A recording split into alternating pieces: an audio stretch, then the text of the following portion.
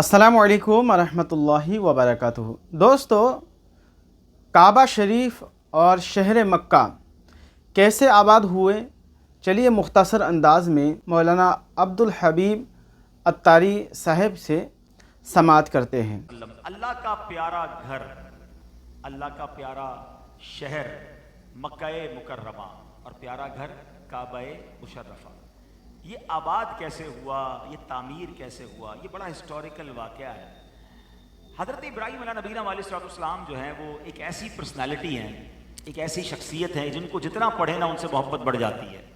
यानी पूरी दुनिया में सरकार दो आलम अलैहिस्सलाम के बाद सबसे बड़ा अगर किसी का मर्तबा है तो वो हज़रत इब्राहीम खलीलुल्लाह अला नबीना अलैहिस्सलाम है। हज़रत Ibrahim Khalilullah, what is the meaning of Khalil? यानी फ्रेंड, दोस्त, ये अल्लाह के दोस्त हैं। अच्छा, फिर हज़रत इब्राहीम खलीलुल्लाह अला नबीना अलैहिस्सलाम खलील कैसे कहलाए, इसका भी बड़ा खूबसूरत एक वाक़या है। हज़रत अब्द बिन उमैर फरमाते हैं कि हज़रत इब्राहीम अलैहिस्सलाम लोगों की बड़ी मेहमान नवाजी फरमाते थे। एक दिन मेहमान घर पे कोई नहीं आया, वो बगैर मेहमान के खाने नहीं खाते थे, तो बाहर निकले मेहमान को तलाश करने के लिए। तो अब जब घर में वापस आए तो घर में एक बंदे को खड़े हुए देखा। आप कहते हैं कि तुम कौन हो, मेरे घर में कैसे दाखिल हो गए? मैं तो मेहमान बाहर ढूंढने गया हूं, तुम बगैर इजाजत घर में? तो कहता है कि हुजूर मैं मलकुल मौत हूं और मुझे मेरे रब ने अपने बंदों में से एक बंदे की तरफ भेजा है कि उसे ये बिशारत दूं कि अल्लाह ने उसको अपना दोस्त बना लिया है, अपना खलील बना लिया है। पूछा जल्दी बताओ खुशनसीब कौन है, मैं तो उससे मिलने जाऊंगा, बेशक वो शहर के किसी किनारे पे क्यों ना हो, मैं इसको पूरा ट्रेवल करके जाऊंगा, मिलूंगा कि वो अल्लाह का दोस्त बन गया है। अल्लाह अकबर। तो मलकुल मौत कहते हैं हुजूर वो बंदे आप ही हैं, अल्लाह ने आपको अपना खलील बनाया है। तो कहते हैं मुझे अल्लाह ने क्यों खलील बनाया, वजह क्या है? तो अर्ज करते हैं हुजूर आप लोगों को अता करते हैं और उनसे कोई सवाल नहीं करते हैं, आप लोगों को तकसीम करते हैं, लोगों से नहीं मांगते। तो हजरत इब्राहीम अलैहिस्सलाम को रब ने अपना खलील बनाया। अच्छा, 4 आसमानी मज़ाहिब है ना, और हम पढ़ते भी हैं 4 आसमानी किताबें हैं, तौरात, ज़बूर, इंजील और कुरान। इन चारों मज़ाहिब में हज़रत इब्राहीम का जिक्र भी है, आपका अदब भी है, आपकी ताज़ीम भी है। आपको अबुल अंबिया भी कहा जाता है। आपके बाद जितने अंबिया पैदा हुए सब के सब आप वालिद, सब के आप वालिद हैं, क्योंकि सब आपकी औलाद में पैदा हुए। हज़रत इब्राहीम अला नबीना अलैहिस्सलाम वो अजीम हस्ती हैं जिनकी यादगार हज में मौजूद है। हज के कई मामलात आपकी ही याद में हैं। जो शैतान को कंकरियां मारी जाती हैं वो हज़रत इब्राहीम ने मारी थी। बीबी हाजरा आपकी ज़ौजा सफ़ा मरवा के दरमियान दौड़ी, अल्लाह को अदा पसंद आई, सफ़ा मरवा की सही लाजिम करार दे दी गई। हम तबरुकन आबे ज़मज़म पीते हैं तो आबे ज़मज़म जनाब हज़रत इस्माईल के कदमों से जारी हुआ है। हम मकाम इब्राहीम पे नमाज़ पढ़ते हैं तो मकाम इब्राहीम हज़रत इब्राहीम के खड़े रहने की जगह है। जिस काबे का तवाफ़ करते हैं उसकी तामीर हज़रत इब्राहीम ने की। यानी अगर आप देखें तो कदम कदम पर अल्लाह की याद, अल्लाह की इबादत में, हज में हज़रत इब्राहीम की याद भी है। यहाँ एक छोटा सा मसला भी बयान कर देता हूँ, बहुत सारी कन्फ्यूजन दूर हो जाएंगी। कुछ लोग बड़ा एतराज़ करते हैं यार अब औलिया अल्लाह का दिन क्यों मनाते हैं, बुजुर्गों की याद क्यों मनाते हैं, उसको बार बार क्यों जिक्र करते हैं।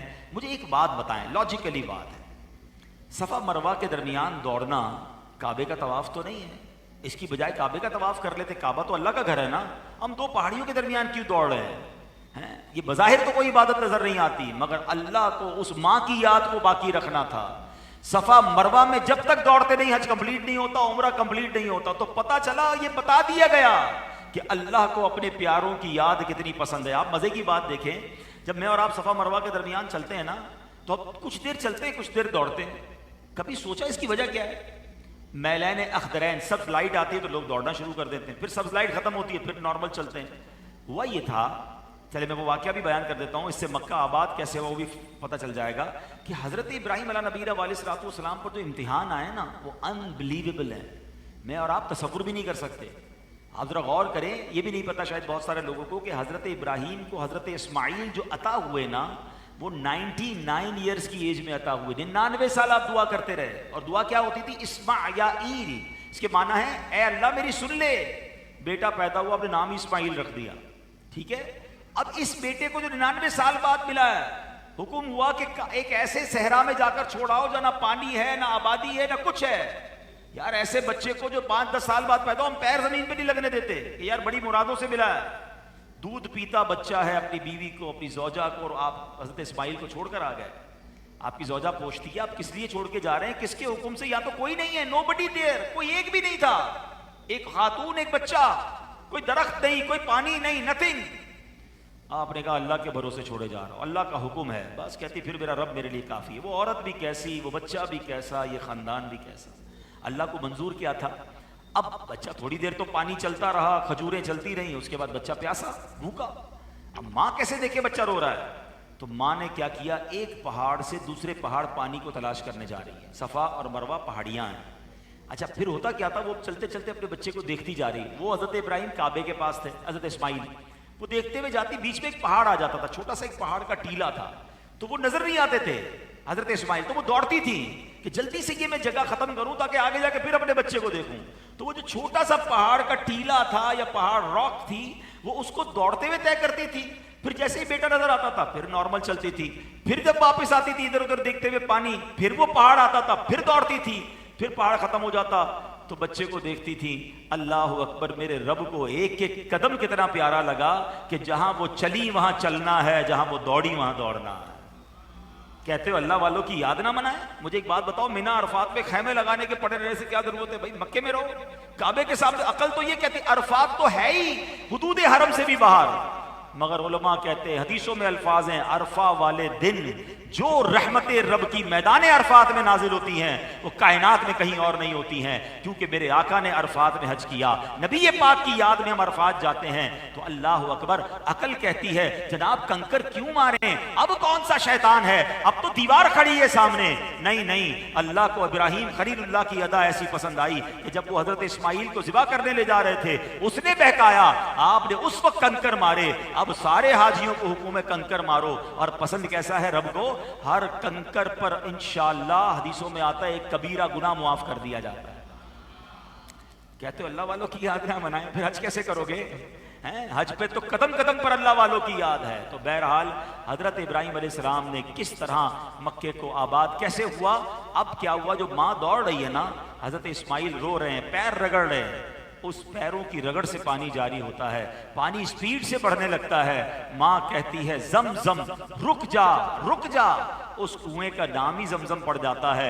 मुझे बताएं, दुनिया में बड़े कुएं खोदे, बड़ी बोरिंग्स हुई हैं जनाब, कोई 5 साल चलता है, कोई 10 साल चलता है, कोई 100 साल चल जाता है, और 100-200 लोग 500 लोग पानी पी सकते हैं। अल्लाह अकबर, ये कैसा कुआं है, हजारों साल हो चुके हैं, अरबों लोग उससे पानी पी चुके हैं, पूरी दुनिया में सप्लाई हो रही है। जो जमजम के इंजीनियर्स हैं वो बताते हैं एक दिन में लाखों गैलन निकाला जाता है, मगर अगले दिन आकर देखते हैं तो पानी दोबारा उसी लेवल पर आ चुका होता है। ये कैसी रब की शान है, ये कैसा अल्लाह के नबी का मौजज़ा है। और जमजम में शिफा है, जमजम में जनाब बरकत है। हदीस पाक में मेरे आका फरमाते हैं जमजम उस लिए है जिस लिए पिए इसको कोई। हदीस का मजमून है जिस नीयत से, जिस आरजू से जमजम पिया जाता है, अल्लाह वो आरजू पूरी कर देता है। जमजम को देखना इबादत है, जमजम को देखने से आंखों की रोशनाई बढ़ती है। अल्लाह अकबर। अब जरा सोचिए कि कैसे फिर मक्का आबाद हुआ, पानी शुरू हो गया, पानी जिंदगी है। अब गांव में लोग आने लगे और दूर दूर से लोग आने लगे और इस तरह ये मक्का आबाद हुआ। फिर हजरत इब्राहिम ने मक्के के लिए दुआ की कि अल्लाह इसके फलों में बरकत दे दे, इसकी आबो हवा में बरकत दे दे। आज हजारों साल गुजर गए हैं, मक्के शरीफ की तरफ दुनिया भर का रुजू है। कौन सा फल है जो वहां नहीं मिलता, कौन सी नेमत है जो वहां नहीं मिलती, ये हजरत इब्राहिम की दुआ है। तो ऐ मेरे प्यारे इस्लामी भाइयों, हजरत इब्राहिम की सीरत को जरूर पढ़िएगा। और ये एक ऐसी सीरत है जो हमें तवक्कुल का दर्स देती है, कुर्बानी का दर्स देती है, अल्लाह की राह में अपना आप पेश करने का दर्स देती है। अल्लाह हजरत इब्राहिम के बाजार पर करोड़ों रहमतों की बारिश नाजिल फरमाए और हमें भी मक्का मुकर्रमा की हाजिरी अता फरमाए। अल्हम्दुलिल्लाह, ऐसी प्यारी बातें दावत इस्लामी के माहौल में सिखाई जाती हैं। इस माहौल से वाबस्ता रहें, इज्तिमात में आते रहें, मदनी काफिलों में सफ़र करें और दावत इस्लामी का माली तौर पर भी साथ दें। अपना डोनेशन, ज़कात, फितरा अपनी दावत इस्लामी को दें ताकि दुनिया भर में दावत इस्लामी का पैगाम इसी तरह फैलता रहे। अल्लाह मस्जिद अल खैर की इंतज़ामिया को भी सलामत रखे। माशाल्लाह इस मस्जिद की भी तामीर हो रही है, इसमें भी अपना हिस्सा मिलाएं। इस मस्जिद से मेरी बड़ी पुरानी यादें वाबस्ता हैं। जब ये मस्जिद नई नई बनी थी, आज से 15-20 साल पुरानी बात है, तो अल्लाह पाक हमारे हाजी हनीफ साहब को शिफा भी दे, उनकी तबीयत भी ठीक रही है। वो मदीना शरीफ गए हैं तो उन्होंने मुझे हुक्म दिया था कि आप यहाँ जुम्मा पढ़ाएं। तो मेरा ख्याल है मैंने कई महीनों बल्कि 2-3 साल तक मैंने कंटिन्यू यहाँ जुम्मा भी पढ़ाया। जो पुराने नमाजी होंगे उन्हें पता होगा। फिर माशाल्लाह अब सिलसिला बहुत अच्छा हो गया, आगे बढ़ गया। अल्लाह इस मस्जिद को, इलाके वालों को, नमाजियों को, इमाम साहब को, आप सबको सलामत रखे। इस मस्जिद के साथ ताउन करने वालों को अल्लाह सलामत रखे और अल्लाह करीम इसकी अजीम व शान तामीर करके एक अजीम इस्लाम का मरकज़ इसे बनाने की हम सबको तौफीक। दोस्तों, ये बयान और ये वीडियो आपको कैसा लगा कमेंट करके ज़रूर बताइएगा और इसी तरह के वीडियो पाने के लिए चैनल को सब्सक्राइब करके हमारे साथ जुड़े रहिए। मिलते हैं किसी और वीडियो में, तब तक अपना ख्याल रखें। खुदा हाफिज़। अस्सलामु अलैकुम व रहमतुल्लाह।